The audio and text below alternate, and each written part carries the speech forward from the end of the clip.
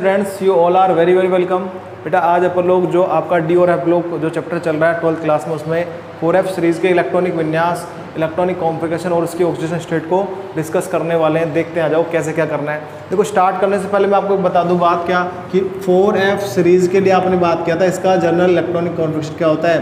4F 0 to 14, 5D 0 to 1, 6S2, ये इसके अंदर रेंज में आने वाला है। और देखो सब काम हो जाएगा आपका। आप तो इतना ध्यान रखो, जैसे 3D में, हाँ जैसे भाई 3D के अंदर डी कक्षा के अंदर कौन कौन नहीं आता, 4 नहीं आता और 9 नहीं आता, ऐसे आपको ध्यान रखना है। 4F में F कक्षकों के अंदर, 4F कक्षकों के अंदर क्या होगा, 2 इलेक्ट्रॉन नहीं आने और कितने इलेक्ट्रॉन नहीं आने, 8 इलेक्ट्रॉन नहीं आएंगे। कभी भी एडजस्ट कर लेगा, स्टेबिलिटी का केस है बस ये। तो आओ स्टार्ट कर। देखो मैंने सबसे पहले कहा परमाणु क्रमांक एटॉमिक नंबर हो गया। उसके बाद अपन ने कहा प्रतीक, क्या लिख दिया, प्रतीक सिंबल हो गया। सेकंड अपन बोलेंगे थर्ड इलेक्ट्रॉनिक विन्यास, इलेक्ट्रॉनिक कॉन्फ़िगरेशन। और इधर को आ गया क्या इसका, ऑक्सीकरण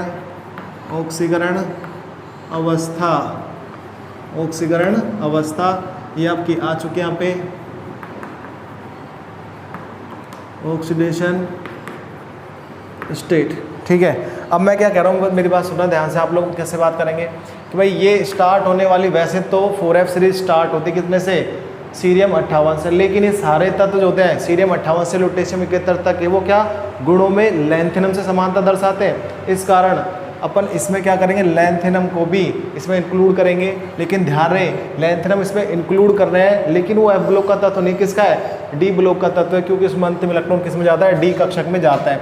तो 57 से स्टार्ट करते हैं, 57, 58, 59, 60, 61, 62, 63, 64, 65, 66, 67, 68, 69, 70 और ये लास्ट आपका 71 तक आपका आ चुका है। देख ले एक बार ध्यान से, 71 तक पूरा आ गया, चलो ठीक है शाबाश। उसके बाद आगे की बात करते हैं अपन, कह रहे हैं ये आना है लैंथेनम 57 नंबर पे। कितने पे, 57 पे। तो देखो मैंने आपको इलेक्ट्रॉनिक कॉन्फ़िगरेशन लिखने के लिए मैं आपको बताऊं तो मैं कहता हूं कि आपको ज़्यादा कुछ नहीं करना, आपको अक्रिय गैसें सारी याद कर लेनी है। अक्रिय गैसें टोटल कितनी थी, 6 थी। Helium, neon, argon, krypton, xenon और क्या थी, रेडोन।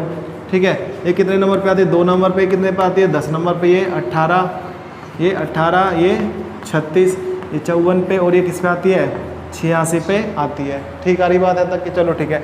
तो आपको ध्यान रखना है कि ये लैंथेनम कितने के पास पड़ा है, 57 पे। तो 57 से पहले अक्रिय गैस कौन सी आती है, ये आती है। तो यानी कि आपको इसका इलेक्ट्रॉनिक कॉन्फ़िगरेशन लिखना है, तो आप कैसे करोगे, डब्बे के अंदर जीनोन हो गया। उसके बाद आपको पता है यहाँ से सबसे पहले 4S में इलेक्ट्रॉन भर जाएंगे, फिर 5D में भर जाएंगे, फिर 4F में भर जाएंगे। तो आपने भरा 54 इसमें हो गए, 6S में गए 2 इलेक्ट्रॉन, 54 और 2 56, कितने हो गए, 54 और 2 56। और फिर उसके बाद गया 5D में 1 इलेक्ट्रॉन, तो कितना हो गया, 57। और अब F में तो देखो अपन 57 ही तो इलेक्ट्रॉन भरने थे, इसलिए F में कुछ नहीं बचा, तो मैंने लिख दिया 4F 0। बोले इलेक्ट्रॉनिक कॉन्फ़िगरेशन क्लियर आया, सही है। तो मैं यहाँ पर लिख रहा हूँ क्या, जीनोन का electronic configuration 4F 0, 5D 1, 6S2, इस तरीके से इसका इलेक्ट्रॉनिक कॉन्फ़िगरेशन किया जाता है। अब आगे चलते हैं, ध्यान से देखिएगा मैं क्या कह रहा हूँ कि जितना किसी तत्व का परमाणु क्रमांक होता है, उसमें उतने ही इलेक्ट्रॉन होते हैं और अपन को उतने ही इलेक्ट्रॉन भरने पड़ेंगे। क्लियर बात आ रही है, चलो ठीक है। जैसे ही परमाणु क्रमांक बढ़ेगा तो 1 इलेक्ट्रॉन बढ़ेगा, और वो इलेक्ट्रॉन क्योंकि अब ये डी ब्लॉक के तत्व है तो किस में जाएगा, F में जाएगा। वैसे तो इसमें और भी आ सकता है, लेकिन ऐसे मानो अचानक से इसकी ऊर्जा बढ़ गई, 1 इलेक्ट्रॉन देने के बाद इनकी क्या हो गई, कम, तो अगले 14 इलेक्ट्रॉन इसमें जाते हैं। तो पहले तो एक बार तत्वों के नाम पूरे करते थे, कैसे, ऐसे तो याद किया था, सीने पर नदियाँ प्रेम की समाई है ना, SM, यूं ही EU गदगद, GD गदगद, तब TB दिल, DY HO हुआ, और ER और ठीक है, तुम टी एम तुम, यार बढ़िया वाई बी, और ये क्या एल यू लगते हो। चलो ये बात हो गई क्लियर। अब भाई बात करें अपन लोग, क्योंकि इसमें 58 इलेक्ट्रॉन आने हैं तो 57 तो यहाँ तक हो चुके हैं। जीनोन का इलेक्ट्रॉनिक कॉन्फ़िगरेशन फैलेगा 6s2 5d1 और क्या लिख दिया 4f1। काउंट करेंगे तो कैसे, देखो 54 तो 56 57 और 58, देखो 58 नंबर ही तो आना है इसका।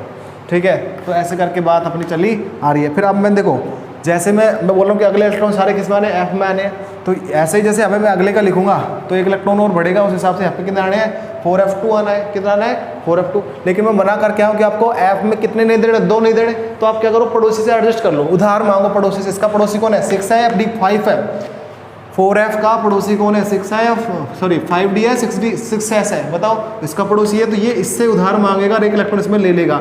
एक इलेक्ट्रॉन तो नीचे आने में बढ़ा और एक ये उधार मांग लिया, तो फिर क्या हुआ, तो अपन कहेंगे ये हो गया जीनोन का इलेक्ट्रॉनिक कॉन्फ़िगरेशन 4f सीधा कितना हो जाएगा 3 और 5d 0 6s2। ध्यान करें ये इलेक्ट्रॉन इसमें चला गया है तब जा करके ये तो 0 हो गया और ये क्या हो गया 3 हो गया।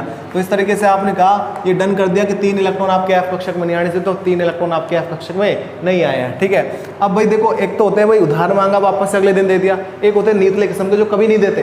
ठीक है, चाहे कुछ भी हो जाए, तो ऐसे ही ये नीतला है 4f जो वो भी क्या है नीतला टाइप का, ये इलेक्ट्रॉन वापस को रिफंड नहीं करने वाला है। तो कैसे करेंगे अपन लोग, अपन बोलेंगे ये लो अगला क्या आएगा, अगला इलेक्ट्रॉन इसी में जाना है जीनोन का electronic configuration 4f4 5d0 6s2 4f4 5d0 6s2।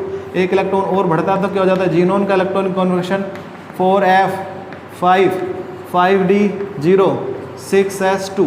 ऐसे ही होगा नहीं होगा बताओ। चलो ठीक है, अगला देखो जीनोन का electronic configuration 4f6 5d0 6s2। और ये वाला इंपॉर्टेंट केस आ जाता है कैसे, जीनोन का इलेक्ट्रॉनिक कॉन्फ़िगरेशन 4f7 5d0, ठीक है, और 6s2 हो गया। अगले में क्या होने वाला है, अगले में देखे क्या होने वाला है, तो अगले में अपन लोग बोल रहे हैं एक बार देखना कुछ है तो नहीं गया भाई, यहाँ पे से 1 फिर सीधा कितना हो गया 3 4 5 6 7। उसके बाद इसमें क्या होगा, इसमें क्या होने वाला है, देखो इसमें देखो आप लोग ध्यान से, ये इलेक्ट्रॉन देखो अब ये अर्धपूरित हो चुका है, क्या हो चुका है अर्धपूरित हो चुका है, क्या हो चुका है स्थायी हो चुका है, स्थायी विन्यास है।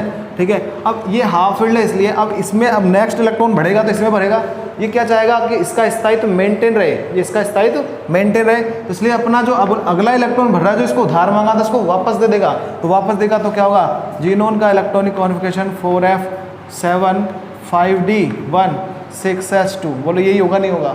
ठीक है, अब नेक्स्ट में ध्यान रखें नेक्स्ट में कैसे होगा, तो नेक्स्ट में अपन लोग बात कर रहे हैं कि अब देखो अगले सुनना कि भाई इसने एक ही तो इलेक्ट्रॉन उधार लिया था, एक ही तो इलेक्ट्रॉन उधार लिया था, अब एक इलेक्ट्रॉन इसने दे दिया, वैसे ही नितला किस्म का एक से ज़्यादा इलेक्ट्रॉन दे नहीं सकता। तो अभी क्या सोचा कि भाई स्थायित्व तो बिगड़ ही रहा है मेरा, इसमें टर्बियम में क्या सोचता है स्थायित्व तो मेरा बिगड़ ही रहा है, तो क्यों ना जो इलेक्ट्रॉन दिया था उसको वापस ले लें। तो एक तो इलेक्ट्रॉन परमाणु क्रमांक से बड़ा जो इसमें आता 8 और एक इसको वापस ले लेता तो कितने होगा टोटल 9। इस तरीके से आपने देखा कि 9 भी 8 भी नहीं आया, तो क्या हो गया जीनोन का इलेक्ट्रॉनिक विन्यास 4f9 5d0 6s2। ऐसे करके ये ध्यान रखें। तो यहाँ पे देखो जो बदलाव जो आता है, एक तो ये पूछा जाने की संभावना ज़्यादा होती है कि टर्बियम पूछा जाने की संभावना ज़्यादा होती है कि सीरियम पूछे जाने की संभावना ज़्यादा होती है। अब आगे आओ, आगे बात कर रहा हूँ, अब नॉर्मल काम चलेगा कैसे, जीनोन का इलेक्ट्रॉनिक विन्यास एक और बढ़ाओ, कितना होगा 4f10 5d0 6s2। इसमें आओ जीनोन का इलेक्ट्रॉनिक विन्यास 4f11 5d0 6s2। अगला आओ जीनोन का इलेक्ट्रॉनिक विन्यास 4f12 5d0 6s2। अगला आओ कैसा आएगा जीनोन का इलेक्ट्रॉनिक विन्यास 4f13 5d0 6s2। अगला आएंगे तो देखो यहाँ पे ये वापस इंपॉर्टेंट हो जाता है कैसे, यहाँ पे देखो अपन बात करें जीनोन का इलेक्ट्रॉनिक विन्यास 4f14 5d0 6s2, क्योंकि ये भर चुका है पूरा तो अपन बोलेंगे पूरित, क्या बोलेंगे पूरित बोलेंगे इसको, पूर्ण पूरित हो गया। इसलिए अब अगला इलेक्ट्रॉन आएगा तो ये आया था तो इसमें लेकिन दे देगा इसको, क्योंकि उधार लिया तो वापस देना पड़ेगा ना, तो अपन ने कहा ये दे दिया तो क्या हो गया जीनोन का इलेक्ट्रॉनिक विन्यास 4f14, कैसे लिख रहा हो जीनोन का इलेक्ट्रॉनिक विन्यास 4f14 5d1 5d1 6s2 6s2 हो गया। अब देखो एक बात सुने, मैं क्या कर रहा हूँ कि भाई पहले क्या था, पहले इतना ज़्यादा जो एजुकेशन थी डेवलप नहीं थी। पहले बच्चे 60% ला करके भाई साइंस मैथ ले लेते थे और क्या नाम से पूरे गांव में लड्डू बढ़ जाते थे। लेकिन आजकल केस दूसरा है। आजकल केस दूसरा क्या है कि आजकल 97% बच्चे लेके आ रहे हैं। ये मानो कि बच्चे नहीं आ रहे, सीधे कंप्यूटर आ रहे हैं आजकल, ठीक है। और बच्चे फिर कंप्यूटरों के लिए तो चाहे क्या 90%, क्या 99%, क्या पूरी 100%। आज तो अब क्या देखा इस अब की बारी जो रिजल्ट आया उसमें 99.50% बच्चे ले आए, बताओ। तो अब क्या टीचरों को भी उस हिसाब से पेपर बनाना पड़ता है। तो पहले तो डी ब्लॉक में से भाई 3D सीरीज में से पूछ लेता था, कॉपर का इलेक्ट्रॉनिक विन्यास बताओ, क्रोमियम का बताओ, Mg प्लस भाई Mn+2 का बताओ, Mn+4 का बताओ। लेकिन आजकल थोड़ा टिपिकल इनमें से पूछा जाता है, इनमें से इलेक्ट्रॉनिक कॉन्फ़िगरेशन पूछा जाता है। तो आप ध्यान रखें, आपको ये ध्यान रखना है जब कभी 4F सीरीज का आप इलेक्ट्रॉनिक कॉन्फ़िगरेशन लिखोगे तो आपको ध्यान रखना है F कक्षक में 4F कक्षक में 2 इलेक्ट्रॉन नहीं होता। और कितना नहीं होता, 8 इलेक्ट्रॉन नहीं होता है। यहाँ पे स्थायित्व के कुछ केस आते हैं, इसलिए मैंने क्या किया, यहाँ पे कुछ स्टार लगाए, 1 2 2 3 4 भाई 4 जगह से क्वेश्चन बढ़ने की संभावना होती है क्या। चलो ये बात तो गई इलेक्ट्रॉनिक कॉन्फ़िगरेशन के। साथ में क्या बात कर लूँ, साथ में मैं बात करना चाह रहा हूँ बेटा किसकी, ऑक्सीकरण अवस्था की। तो एक बात आप क्लियर कर लें कि लेंथ एंड होता है 4F ब्लॉक के जो तत्व होते हैं, F ब्लॉक के जो तत्व होते हैं, इनकी जनरल ऑक्सीडेशन स्टेट होती है +3। कितनी होती है, +3 क्यों होती है, बात करेंगे अपन लोग कि F ब्लॉक तत्वों की जनरल ऑक्सीकरण अवस्था +3 क्यों होती है। तो देखो एक बात सुनो, 3 होती है तो कैसे भाई, अब कहते हैं जिसमें 2 इलेक्ट्रॉन तो त्यागे जाते हैं 4s भाई 6s कक्षक में से, और 1 इलेक्ट्रॉन या तो d कक्षक में से त्यागा जाएगा या f कक्षक में से त्यागा जाएगा, डोनेट किया जाएगा। अब f कक्षक में से एक से ज़्यादा इलेक्ट्रॉनों को त्यागा जाना संभव नहीं है। क्यों, क्योंकि f कक्षक नाभिक के अधिक पास होते हैं और नाभिक के अधिक पास होने के कारण इन पर आकर्षण बल ज़्यादा लगता है। ज़्यादा आकर्षण बल लगने से इनको बाहर निकालना संभव नहीं होता। कैसे, ऐसे तो एक जनरल परमाणु स्ट्रक्चर बनाते हो आप लोग। 4F में बात करें तो देखो ये भाई F ब्लॉक का तत्व बनाना था, ऐसे माना ये तो क्या हो गया N-2 F कक्षक हो गया, ये क्या हो गया N-1 D कक्षक हो गया, और ये क्या हो गया NS। यानी कि ये इसमें बात करूँ, ये तो हो गया बाहरी बार का तो 6s, ये क्या हो गया 5D, और ये क्या हो गया 4F। तो अंतिम इलेक्ट्रॉन देखो सुनो भाई, S के तो 2 इलेक्ट्रॉन बहुत दूर है, S के तो 2 इलेक्ट्रॉन बहुत दूर है, उसके बाद D का भी थोड़ा सा चलो इससे दूर है, लेकिन F का तो बिल्कुल इसके पास है, मतलब बहुत ज़्यादा आकर्षित होगा नहीं होगा, बताओ ये बहुत ज़्यादा आकर्षित हो रहा है। तो यहाँ से एक से ज़्यादा इलेक्ट्रॉन निकालना संभव नहीं है, इसलिए भाई 2 इलेक्ट्रॉन तो बाहर के S से चल जाते हैं, 1 इलेक्ट्रॉन अगर D में है तो D में से गया, नहीं तो नहीं है। मान चलो इसने उधार ले रखा तो वो ही जाता है, F में से नहीं जाता। लेकिन हाँ कभी कभी जब स्थायित्व का जब चक्कर आता है तब फिर ऐसा काम हो जाता है। तो अब अपन बात करते हैं किसकी, ऑक्सीकरण अवस्था की। थोड़ा ध्यान से देख ले क्या कैसे था, ऐसे ज़्यादा आकर्षण बल क्यों लग रहा था, इसमें मैंने बता दिया आपको। अब आओ देखो, कहते हैं वो लोग लेंथेनम में 2 इलेक्ट्रॉन इसमें से निकल जाते हैं, 1 इलेक्ट्रॉन यहाँ से, तो 3 इलेक्ट्रॉन एक साथ निकाले तो कितने आ गए +3 ऑक्सीकरण अवस्था आई इसकी, ठीक है। अब भाई बात करें यहाँ पे सीरियम, मैंने बोला 2 इलेक्ट्रॉन S में से 1 इलेक्ट्रॉन D में से, तो कितनी आई +3। लेकिन यहाँ पे एक अतिरिक्त मैंने स्टार भी लगा रखा है देखो, ठीक है।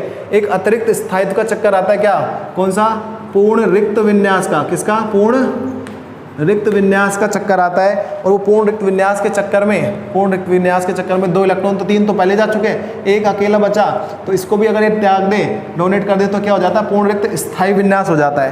तो ध्यान रखें, मिठाइयाँ तो बहुत सारी, लेकिन उनमें से फेवरेट कौन सी, वही ज़्यादा खाते हैं। तो यहाँ पे 2 ऑक्सीकरण अवस्थाएं, इनमें से ये ज़्यादा फेवरेट होती है। क्यों, क्योंकि इसमें ये अर्धपूरित स्थायी विन्यास धारण कर लेता है, ठीक है। अब आ जाओ आगे बात करते हैं। यहाँ पे मैंने बोला 1 इलेक्ट्रॉन ही बड़ी मुश्किल से निकलता जो इसमें निकल गया। अब ज़्यादा इलेक्ट्रॉन निकालना संभव नहीं है। कभी सोचो यहाँ से भी सर 2 निकाल दो, क्या दिक्कत आ रही है, नहीं। अपन बोलेंगे यहाँ से 2 इलेक्ट्रॉन तो इसका, 1 इलेक्ट्रॉन जो इसमें चला गया वो, तो टोटल कितना गया 3। तो 3 ऑक्सीजन अवस्था प्रदर्शित करी इसने, 2 इलेक्ट्रॉन यहाँ से, 1 इलेक्ट्रॉन यहाँ से, ये भी 3 करेगा, ठीक है। अगला बात करें इसका, 2 इलेक्ट्रॉन यहाँ से, 1 इलेक्ट्रॉन यहाँ से, तो ये भी कितना करता है 3। 2 इलेक्ट्रॉन यहाँ से, 1 इलेक्ट्रॉन यहाँ से, तो ये भी कितना करेगा 3 ऑक्सीजन अवस्था प्रदर्शित करेगा। अब ये वाला देखो, इसमें भी स्टार लगा रखा है। तो यहाँ पे ध्यान से देखो कि अगर केवल 2 इलेक्ट्रॉन ये निकले, यहाँ पे कुछ है नहीं, यहाँ पे 7 इलेक्ट्रॉन है। F कोश में अधिकतम 14 इलेक्ट्रॉन आ सकते हैं, जिनमें से 7 भरे हुए हैं, यानी कि आधा भरा हुआ है, अर्धपूरित स्थायी विन्यास है। इसलिए पहली स्थिति यहाँ पे आती है +2 की। उसके बाद दूसरी स्थिति, भाई नहीं माने हम तो चलो F भी काटेंगे, हमारा तो क्या आता है +3। तो 3 दोनों केसों में से ये वाला केस ज़्यादा महत्वपूर्ण है, क्योंकि इसमें ये ऐसा स्थायी विन्यास धारण कर लेता है, इसलिए ये +2 ऑक्सीकरण अवस्था इसकी प्रदर्शित करी जाती है। तो आप कहोगे यूरोपीय में तो +3 और +2 में से +2 को अधिक महत्व देता है, क्योंकि इस स्थिति में ये अर्धपूरित स्थायी विन्यास धारण कर लेता है, ठीक है। नेक्स्ट केस बात करते हैं, बोलो नेक्स्ट। भाई 2 इलेक्ट्रॉन यहाँ से, 1 इलेक्ट्रॉन यहाँ से, 3 ठीक है। तो यहाँ पे तो 3 इलेक्ट्रॉन डोनेट करने के बाद अर्धपूरित तभी बचा हुआ है, तो केवल ये क्या करता है +3 ऑक्सीजन अवस्था को शो करता है। अब यहाँ पे बात करें 2 इलेक्ट्रॉन इसके और 1 इलेक्ट्रॉन डी का जो इसमें गया, तो वो तो टोटल कितने हैं +3 इलेक्ट्रॉन निकालने के बाद इसमें कितने बच गए 8, तो 1 इलेक्ट्रॉन और निकाल देगा अगर अपन लोग तो +4 ऑक्सीजन अवस्था आती है। उस स्थिति में ये कैसे हो जाता है वापस से, ये भी अर्धपूरित स्थायी विन्यास धारण कर लेता है। देखो इसलिए मैंने इस पर भी स्टार लगा रखा है, यानी कि कभी इलेक्ट्रॉनिक विन्यास या ऑक्सीजन अवस्था पूछी जाती है तो यहाँ से ही क्वेश्चन आने की संभावना ज़्यादा बनती है और कहीं से भी संभावना नहीं बनती है। यही फर्क होता है एक्सपीरियंस का। ठीक है बेटा, आगे आओ, आगे बात करते हैं। बोलो अपन बात करें डिस्प्रोसियम में, तो 2 इलेक्ट्रॉन यहाँ से 1 इलेक्ट्रॉन यहाँ से, तो कितनी ऑक्सीजन अवस्था है +3। अगले वाले में 2 इलेक्ट्रॉन यहाँ से 1 इलेक्ट्रॉन यहाँ से, तो कितनी ऑक्सीजन अवस्था है +3। इसमें भी सेम टू सेम कितनी आएगी +3। अगले वाले में चले तो इसमें भी क्या आई +3 की केस आया निकल के। और नीचे चला तो देखो इधर आओ, यहाँ पे 2 इलेक्ट्रॉन, यहाँ पे 0, यहाँ पे 14, तो ये पूर्णपूरित स्थायी विन्यास का केस आ रहा है बेटा। ठीक है, तो यहाँ पे केवल पहली ऑक्सीकरण अवस्था कौन सी प्रदर्शित करने की कोशिश करेगा +2, ये क्या होगा इसकी स्थायी। और अगर मान चलो डी वाला नहीं मानता मेरा इलेक्ट्रॉन भी दो, तो क्या +3। लेकिन यहाँ पे पूर्णपूरित स्थायी विन्यास बिगड़ता है, इसलिए ये वाली ऑक्सीजन अवस्था नहीं प्रदर्शित की जाती। कौन सी की जाती है +2 प्रदर्शित की जाती है। ठीक है, और ये लास्ट आपका, इसमें तो केवल आपको क्या करना है +3 ऑक्सीजन अवस्था को ही प्रदर्शित करना है। इस तरीके से इनकी ऑक्सीजन अवस्थाओं के केस भी आए। अब यहाँ से क्वेश्चन जो आता है केवल इन पे 4 क्वेश्चन बनते हैं भाई। 2 ये एक जैसे हो गए, सीरियम और कौन सा टर्बियम, और यूरोपियम और एट्रोबियम एक जैसा हो गया, क्योंकि ये देखो यूरोपियम और एट्रोबियम 2 ऑक्सीजन अवस्था प्रदर्शित कर रहे हैं देखो, और सीरियम और कौन सा सीरियम और टर्बियम कितनी कर रहे हैं +4 ऑक्सीजन अवस्था प्रदर्शित कर रहे हैं। तो अब देखो एक बात सुनना, क्वेश्चन पे भी आऊँगा से पहले, ऐसी कौन सी ऑक्सीजन अवस्था इनमें से, ऐसी कौन सी ऑक्सीजन अवस्था इनमें से जो सारे तत्व प्रदर्शित कर पा रहे हैं, तो आप कहोगे +3, इसलिए इनकी जनरल ऑक्सीजन अवस्था कितनी आती है +3 आती है। ठीक, कितनी आती है +3 इनकी जनरल ऑक्सीजन अवस्था आती है। ये बात हो गई क्लियर। अब देखो क्वेश्चन क्या आते हैं, सीरियम क्या कारण है कि सीरियम व टर्बियम +3 सामान्य ऑक्सीजन अवस्था प्रदर्शित ना करके +4 असंगत ऑक्सीजन अवस्था प्रदर्शित करते हैं। समझ गए। ये पूछेगा कि भाई बताओ सीरियम और जो टर्बियम, आपका सीरियम और टर्बियम +3 इनकी जनरल ऑक्सीजन स्टेट होती है, वो तो प्रदर्शित करते हैं नहीं। कौन सी करते हैं +4 असंगत स्थायी ऑक्सीजन अवस्था प्रदर्शित करते हैं। तो आप कहोगे इसका उत्तर एक ही सिंपल सा है कि ये दोनों क्रम से 4 इलेक्ट्रॉन त्याग के क्रम से पूर्ण रिक्त और कौन सा अर्धपूरित स्थायी विन्यास धारण कर लेता है। इस कारण ये क्या होते हैं +4 असंगत स्थायी ऑक्सीजन अवस्था प्रदर्शित करते हैं। ठीक है, ऐसा ही सेम क्वेश्चन आता है इधर किस पे यूरोपियम पे और एट्रोबियम पे। कहेंगे क्या कारण है कि यूरोपियम और एट्रोबियम इनकी +3 सामान्य ऑक्सीजन अवस्था प्रदर्शित न करके +2 असंगत स्थायी ऑक्सीजन अवस्था प्रदर्शित करते हैं। तो आपको वापस से वही बात बतानी पड़ेगी कि 2 इलेक्ट्रॉनों को त्याग करके क्रम से अर्धपूरित एवं पूर्णपूरित विन्यास स्थायी विन्यास धारण कर लेते हैं। इसलिए +3 ऑक्सीजन अवस्था नहीं दर्शाते, कितनी दर्शाते हैं +4 ऑक्सीजन अवस्था +2 ऑक्सीजन अवस्था प्रदर्शित करते हैं 2 इलेक्ट्रॉन त्याग करके। ठीक है, तो ये आपका आज का 4F सीरीज का इलेक्ट्रॉनिक कॉन्फ़िगरेशन हो गया, ऑक्सीडेशन स्टेट हो गई। बेटा इस लेक्चर को ध्यान से देखना, और कोई दिक्कत हो तो आप कमेंट में आप मुझे टाइप करके बता सकते हो सर ये मेरे को थोड़ा सा यहाँ पे प्रॉब्लम आई। ठीक है बच्चों, और वीडियो का बेस्ट पार्ट कौन सा लगा कमेंट करके जरूर बताएं। साथ में अगर चैनल को आपने सब्सक्राइब नहीं किया तो सब्सक्राइब जरूर कर दें। Thank you sir.